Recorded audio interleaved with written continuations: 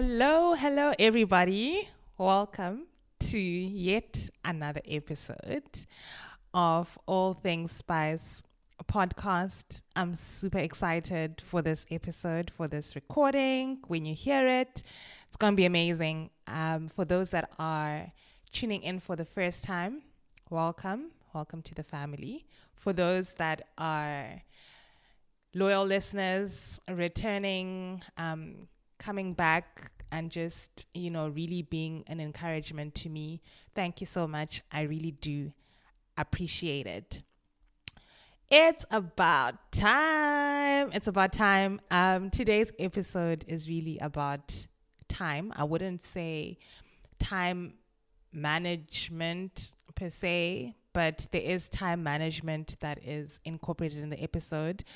But yeah, just time, I guess, in general. I didn't want to box it into just time management because I think time management is an aspect of it, but there's a couple of other points that I'll probably speak about. So just for your information and as a spoiler alert, I'm so sorry for people that hate spoiler alerts, but I thought I must just, put it out there and say probably 3/4 of what I'm going to say, or even more in actual fact, it's probably information and facts or things that you actually know already. But I think there is power in hearing things over and over again sometimes, especially those things that we struggle to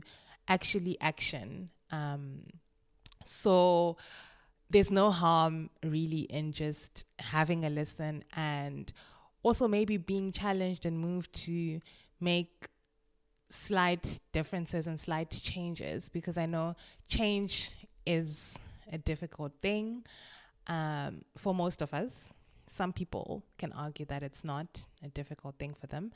But just I guess taking those small steps to improve and become better people, right?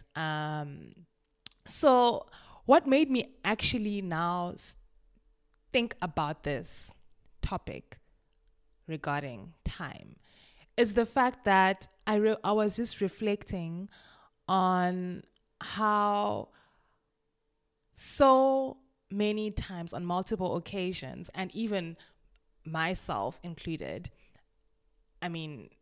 myself contributing to the number of times I've heard this being said, is, when you ask people, okay, so how was your week, or how are you doing?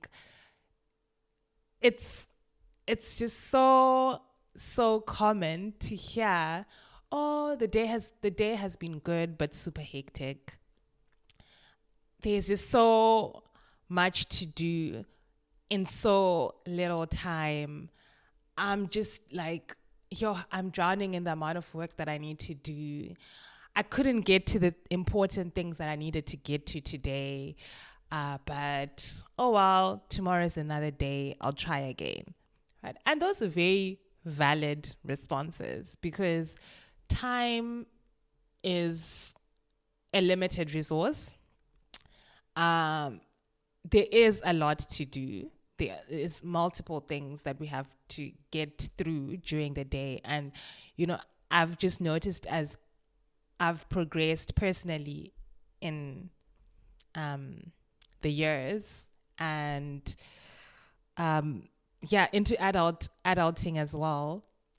Like, there's just so many little things you need to take care of and big things that you need to take care of. So there's a lot of things. And I understand that, these comments, as I've already said, are valid and are true. But the thing is, we need to come up with solutions to that. We need to find the root cause. Procrastinating and sort of reshuffling and, rearranging things to do them the next day or the next week is fine sometimes and it's essential sometimes, but we all know that the root cause needs to be analyzed, just so that it's not a repetitive thing that's continuously being a problem in our lives, right? So yeah, time is a precious resource. Once it's gone, it's gone. Like, you honestly cannot you can't go back. You can't go back in time. And I think I love that. I love that God created it to just be that way. Because I was just thinking, I just love how every single person, no matter what race you are, no matter how old you are, no matter how rich, wealthy you are, we all are given 24 hours, all given the same amount of time in a day. I just love that aspect, because I can just imagine if, there was discrimination between people, and some people could get a little bit more time than others, or some people could go back into time. Like, no, it's all fair. Every single person has got the same amount of hours in a day. So, like any other resource, we need to steward our time. I know we don't sometimes necessarily think about it that way, but time is a resource. Time is precious. You can't buy time. Even if you're, I don't know, the richest person on this planet,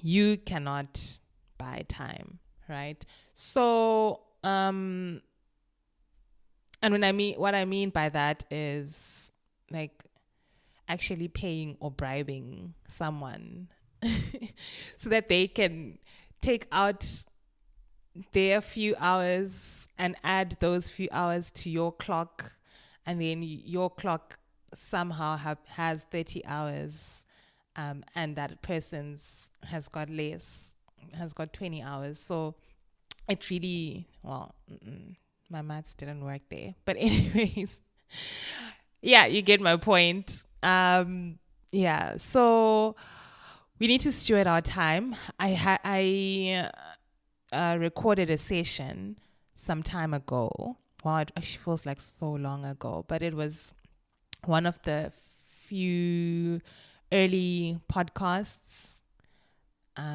where I spoke about stewarding our finances, right? And it's basically, yeah, same concept. We need to steward our time. So, when last did you audit your time? Now I'm, speaking some interesting jargon here. When last did you just break down and take a look at how you spend your time, and basically just pause and reflect? If you need to take 5 minutes, if you need to pause this podcast right here, then please go ahead and do it. And just take 5 minutes to think about, I won't even say in the last month, because that's a lot. Yesterday, or during the weekend, or during last week. Let's take it back to, the earliest being last week, or the most time frame being last week, because a month is a lot. Because I really want you to do a detailed, if you get the point now, review of how you spent your time. So I'll just really ask you at this point to be truthful to yourself. No one is watching you, no one is judging you, but it's just so important to actually really be truthful about how we're spending our time. So, there's a lot of things we can spend our time doing. We can spend our time doing work. We can spend our time doing personal hobbies. We can spend our time with family. We can spend our time with friends. We can spend our time on social media, mindlessly scrolling, watching TV, binge watching TV, strategizing, planning, cooking, cleaning. There's so many things you can spend our time on. So I just want you to take a moment and just really reflect on what are the things that you are spending your time on.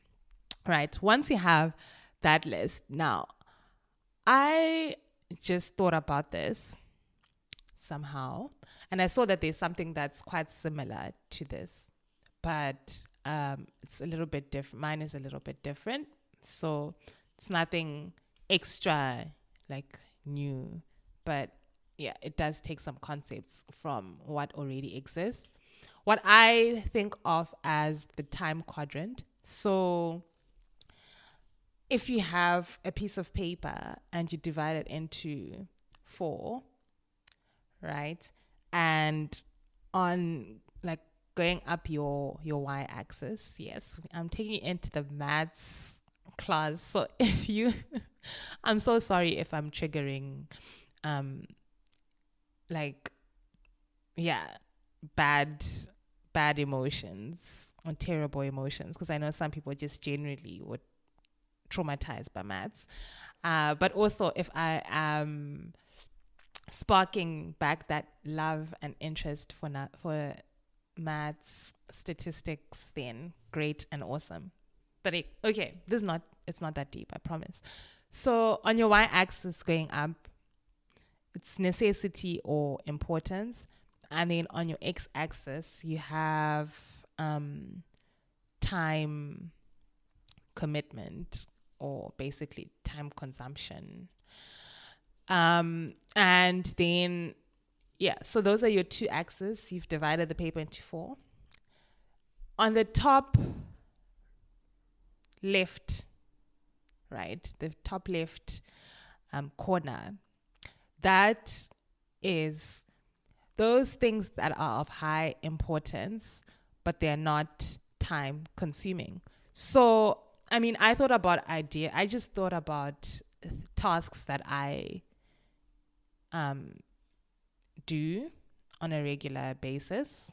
And I try to, from this sort of exercise of reflecting on what I spend my time on, I came up with just a few examples of what I think falls into these different categories. And so I'm saying in the top left corner, things like cooking a meal, exercising, things like bathing, making my bed. That one is an interesting one that popped up in that quadrant. So these are things that I think are of high importance, but they don't really consume a lot of time. I mean, that's very relative to for different people. But like generally, I think like yesterday, I cooked up a good meal in less than an hour. So for me, that counts as it doesn't consume too much of my time, but it's very important for me, which might be, different for other people, but it's very important for me to have a good meal. Like I really love and enjoy good food. And then if we move over to the right, and we're still on the upper side of this graph, right? We're now in the area of high importance and time consuming. So in this quadrant, I had work. So in terms of my career stuff, so work, whether it's my actual, like the actual work that I'm doing, or like my career planning, etc., kind of thing. My finances, so I guess, financial management, if I must call it that, or financial planning. So that's, if you listen to the previous episode that I did, the actual work that is involved and comes into play when you're dealing with just managing your finances. So budgeting and all of that other, fun stuff. And then studying. So for some people that study at university, studying, but also studying like books, whether it's like reading books or just improving on your intellectual capabilities, if I must say it that way. Relationships in all forms and aspects. So relationship with God, relationship with friends, relationship with family, relationship with bae, relationship with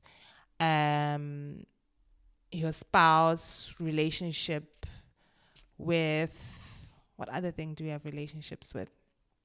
Yeah, those are the things I can think of on top of my head. And then taking a holiday. So those are the few things that I could think of that are in that quadrant. These things are of high importance and they actually require time. So I think maybe just to say on the relationship aspect, if it's intentional relationships, then I would say it's time, high importance and time consuming.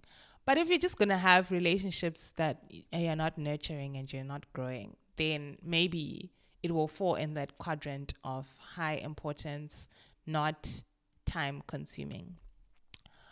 And then if you go into the bottom left quadrant, this is things that are of low importance and they're not time consuming.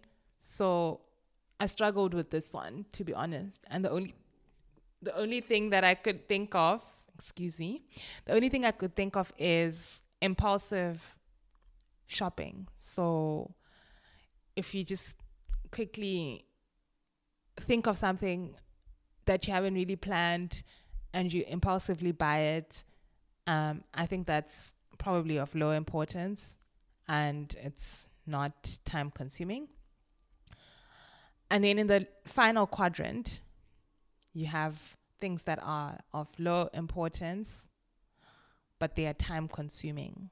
And the thing that literally just came to my mind was social media mindless scrolling. Yeah. That can be very time consuming. And, my phone, my phone gives me that weekly update of my screen time. And it breaks it down. I love the fact that I actually haven't gone into the detailed report in a while because I think my time has just been relatively constant. And like it's been okay these past few months at least. It literally shows you a breakdown of which apps you've been on and the amount of time that you spend. And yeah, it can get out of hand. It really can actually get out of hand. And I don't know what it is. Social media has got its own. It can have its own podcast. But yeah, not that I'm bashing social media or anything because I use it and it's important for me to keep in touch with people. But I think you just need to keep an eye in terms of how much you're spending on those platforms. Someone was saying, this is actually just a side note, but I think it was Nona Jones, this lady that I follow. She was saying that, or she said a quote, or I read something that she wrote, can't remember where, and she's saying a lot of us spend so much of our time looking into other people's lives rather than living our own. And I was like, this is deep. This is deep, but it can be literally so true. So, anyways, I've given you this time quadrant that I basically felt is actually a really good tool in terms of just figuring out how you're spending your time. And then I guess the point of that is to sort of monitor really the things that are falling within your quadrants. So things that are of low importance and they are time consuming, those you must always be alert to. And also just looking at the things that you really classify as high importance and time consuming, and just reflect on those. Are they really of high importance to you, or you feel as though they are of high importance but they actually really aren't, depending on how you've classified, right, your things in this little illustration. So I really do encourage you to have that, to take on that exercise. And then, there's so much on time management, to be quite frank and to be quite honest, and I don't want to go into too much detail in that, but I'll just give you a few things that I was thinking of when I was just brainstorming on this topic. From a personal point of view, time management is just rooted really in self-discipline. So just being able to say no to certain things, just knowing what you need to get done, and just being then able to plan and say, okay, these are the things that I need to get done. This is how I plan to get it done. So if things are going to come left, right, and center, things that you haven't built into your plan, and just being able to sift through those things. So some things you just have to say no to. Some things have to shift because, it's just on the basis of importance. But the main thing I'm trying to drive here is that it takes self-discipline to manage your time well, and also accountability. So I know I just say this so many times, but it's just so important to be, one, accountable to yourself, and two, also being accountable to someone else. If you're struggling with managing your time and getting things done, then being able to reach out and speak to someone who can actually assist you, or who can give you that guidance, right? And then I think I've mentioned this, so planning and writing things down.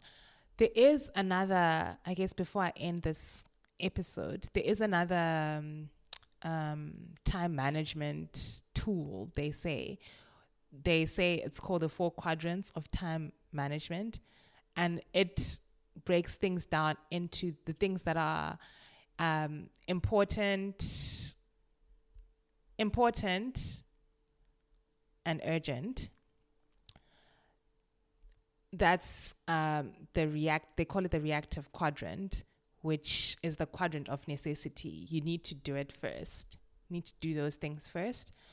And then the other one is things that are important but not urgent. So that's the proactive quadrant. So they say here, you can plan to get these things done and allow time for these things. And then there's not important and urgent. That's the deception quadrant. So try to reject or avoid these things, or delegate to someone else. And then the things that are not important and not urgent, so escape this. So that's the quadrant of waste and just avoid escaping to this quadrant, so we can be inclined sometimes to sort of run to this quadrant when things get heated. But yeah, just avoid doing that. So that was something that I found on the internet. Lingford Consulting, according to Lingford Consulting. The other quadrant was my own, how I personally interpret things. Yeah, and that's it. That's it that I wanted to talk about regarding time. So it's about time that you manage your time. It's about time that you think deeply about how you utilize your time. And yeah, that's it from me. And as always, as usual, keep loving whilst living.